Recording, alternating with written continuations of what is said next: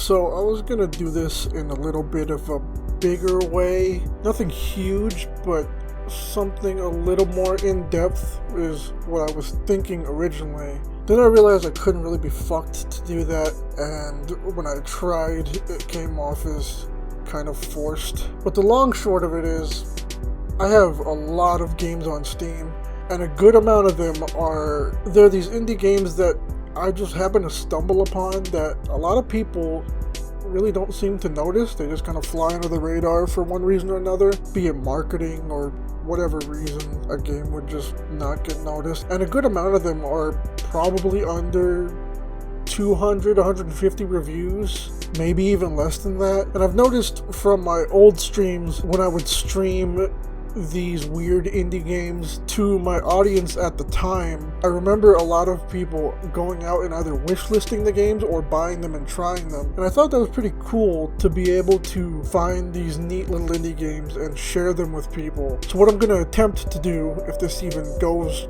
well, is I want to do just quick impressions, just quick little impressions. I don't know how long these are going to go. I just want to do quick little impressions. It's probably going to start out with a bunch of these little weird indie games I'm playing, and then it'll spread out to whatever if I keep doing these. The game I wanted to talk about to start it off with is this game I found while just clicking through the Steam library, and I think it came up in the recommended, or it came up in a banner, like a banner under a game, and like I saw like a short gif of it, and I'm like, what is that? I've never seen that game before. So I find it and I buy it. It was probably pretty cheap at the time. It ends up being this game called Mighty Goose.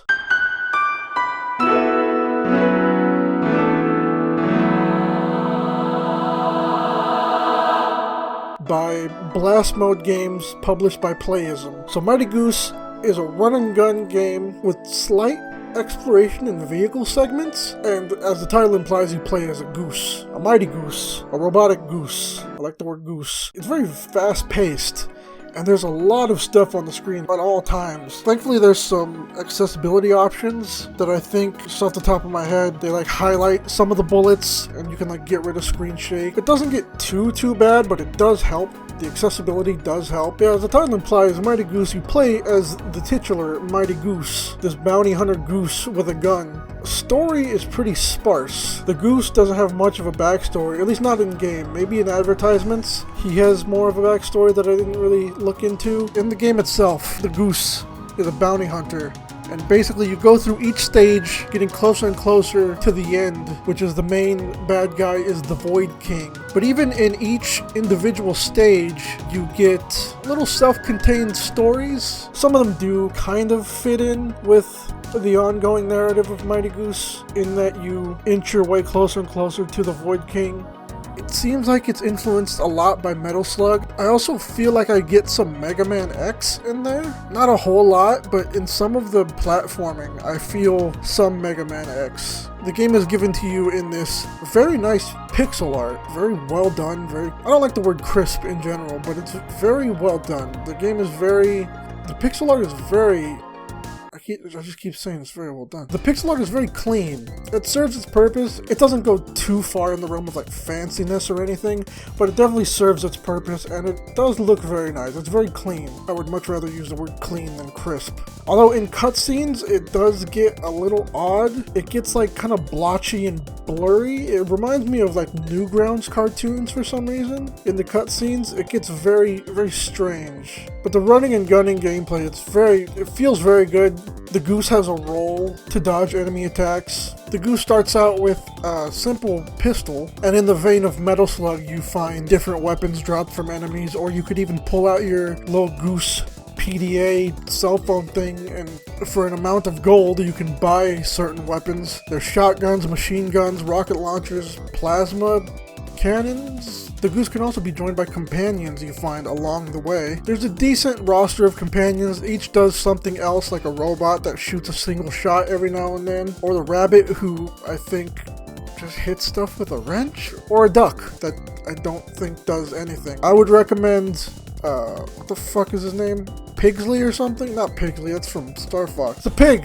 There's a pig guy, I think he hits stuff, and he also drops machine gun ammo for you. You can pick and choose which companion you want to follow you at the menu hub. Speaking of the menu hub, you can also customize your upgrade chips, which enable you to use many different upgrades throughout the game. Double jump is the only one I remember off the top of my head, I believe. And you even have a special section in the menu where you can pick a special power that greatly assists you throughout the game. For example, the bug hat, which allows you to summon bugs, which isn't very useful, but hey, you can do it if you want. The game does have a great sense of humor with some character dialogue. You have a dedicated honk button. Certain cutscenes really up the humor. And even though I don't know what triggers it, at certain times, maybe you dodge something correctly, or maybe you kill an enemy in a certain way, but oftentimes a giant goose face will come to the corner of the screen and stay there for a few seconds, accompanied by a loud honk. The game takes you through prisons, deserts, mining colonies, ancient forests, and even in the new free DLC, a beach. With so many enemies on screen, Mighty Mode is very helpful. As you go on defeating enemies, your Mighty meter in the top left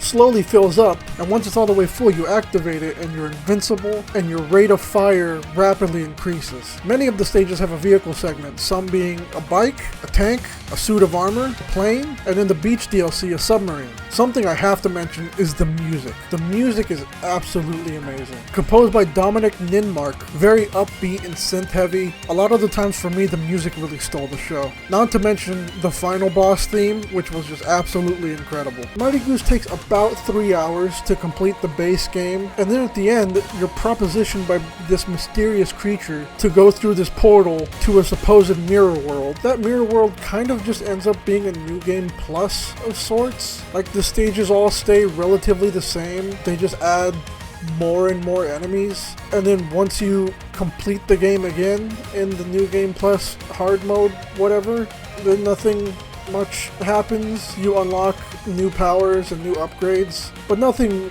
new is really added to the story, which falls a little flat. So I would say 3 hours base game, 3.5 to 4 on the new game plus. But even with its kind of lackluster story and a stage or two I didn't really care about, Mighty Goose really captivated me just on its merits of being a really fun game, being really nice to look at, and having damn good music. Mighty Goose really does have a charm, and if you take a look at it and you're kind of iffy on the $20 price tag, I'd say wait for a sale and then give it a go, because Mighty Goose is definitely worth it.